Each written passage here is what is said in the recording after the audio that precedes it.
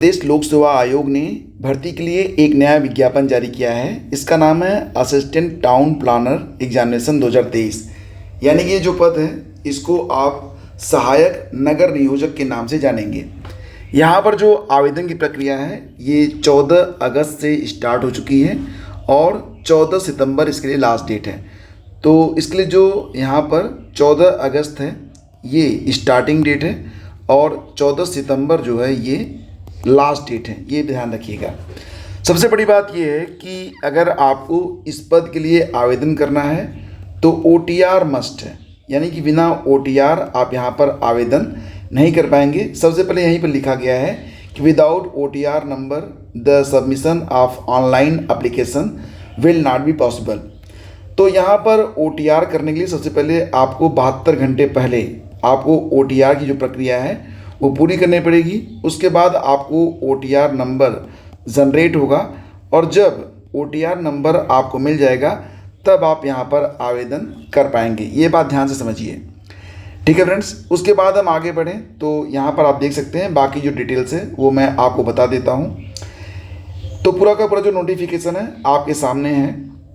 और अगर हम बात करें फ़ीस के बारे में तो यहाँ पर जो जनरल की फ़ीस है वो 125 रुपये, यानी कि जनरल को फ़ीस देनी है 125 रुपये।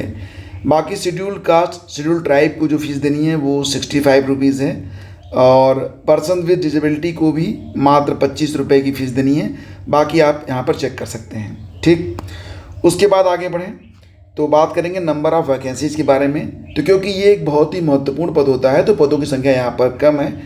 कुल मिला के जो 24 पोस्ट यहाँ पर दी गई है, हालांकि लिखा गया है कि नंबर ऑफ पोस्ट ये घट बढ़ सकते हैं। इसमें जनरल के लिए कुल पद 11 हैं, SC के लिए पद 5 हैं, OBC के लिए जो पद हैं वो 6 हैं और EWS के लिए जो पद हैं वो 2 हैं। एक्स सर्विसमैन को 1 पद और फीमेल के लिए 4 पद यहाँ पर इंडिकेट किए गए हैं। तो ये ध्यान रखिएगा, पदों की संख्या मात्र 24 है।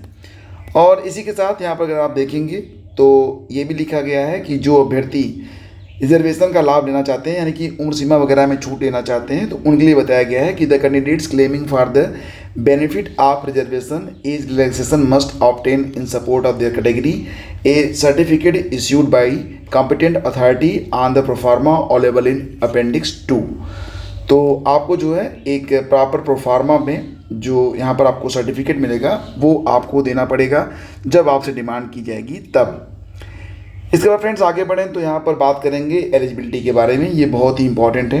एजुकेशनल क्वालिफिकेशन, कुछ समय पहले राजस्थान में ये जो वैकेंसी आई थी तो उसमें भी और वर्तमान में यहाँ पर भी अगर आप देखेंगे तो एलिजिबिलिटी ऐसी है कि बहुत सारे लोग यहाँ पर आवेदन कर ही नहीं पाएंगे, क्योंकि एसेंशियल क्वालिफिकेशन में मांगा गया है कि किसी मान्यता प्राप्त संस्था से नगर एवं ग्राम नियोजन में उपाधि या स्नातकोत्तर डिप्लोमा या institute of planners India, American institute of town planners या institute of town planners London के लिए कम से कम एसोसिएट सदस्यता हो आपके पास। और institute of town planners India या लंदन या अमेरिका की सदस्यता के लिए जो समकक्ष अर्हताएँ दिया गया है, मतलब यहाँ पर institute of planners India, American institute of town planners और institute of town planners London के लिए अगर एसोसिएट सदस्यता की आपके पास योग्यता है, जो योग्यता यहाँ पर दी गई है वो आप देख सकते हैं बहुत ही मतलब ऐसी योग्यताएं हैं जो कि सबके पास नहीं होती हैं।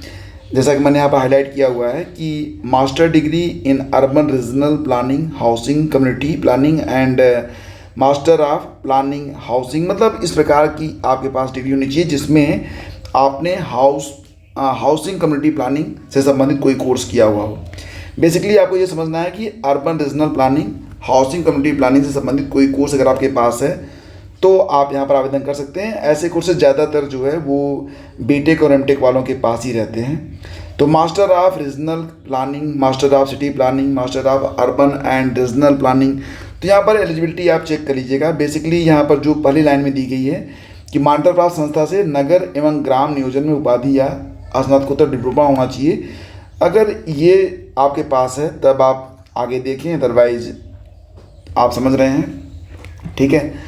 तो यही एलिजिबिलिटी है इसके लिए, मतलब सामान्य स्नातक यहाँ पर आवेदन नहीं कर सकते हैं। ठीक।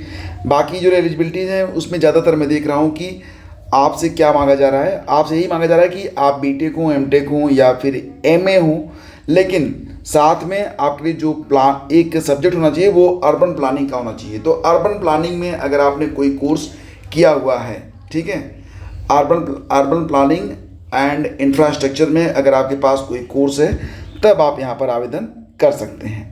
तो सारा जो यहाँ पर दिया गया है उसका निष्कर्ष यही है।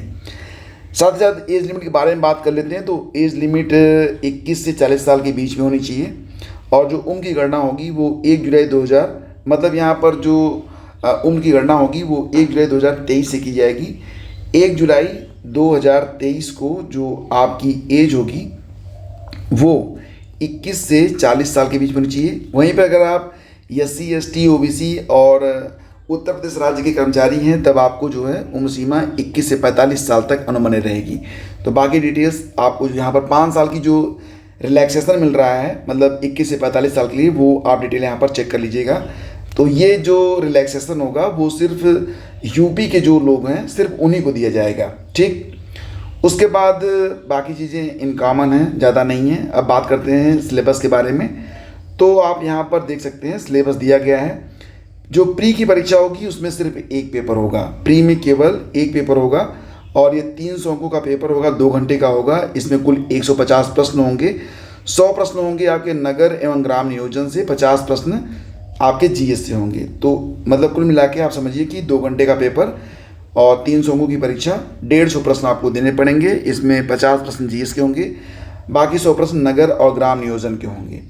और इसके बाद मुख्य परीक्षा, इसमें आप देख रहे हैं कि कुल मिला के 2 पेपर होंगे। पहला पेपर सामान्य हिंदी और निबंध का होगा और दूसरा पेपर होगा वो नगर और ग्राम नियोजन का होगा। सिलेबस भी इसी नोटिफिकेशन में पूरा डिटेल सिलेबस दिया गया है, वो आप यहाँ पर चेक कर सकते हैं। तो दोस्तों ये था कंप्लीट नोटिफिकेशन। अगर कहीं पर कोई डाउट है आपका तो आप कमेंट कर सकते हैं।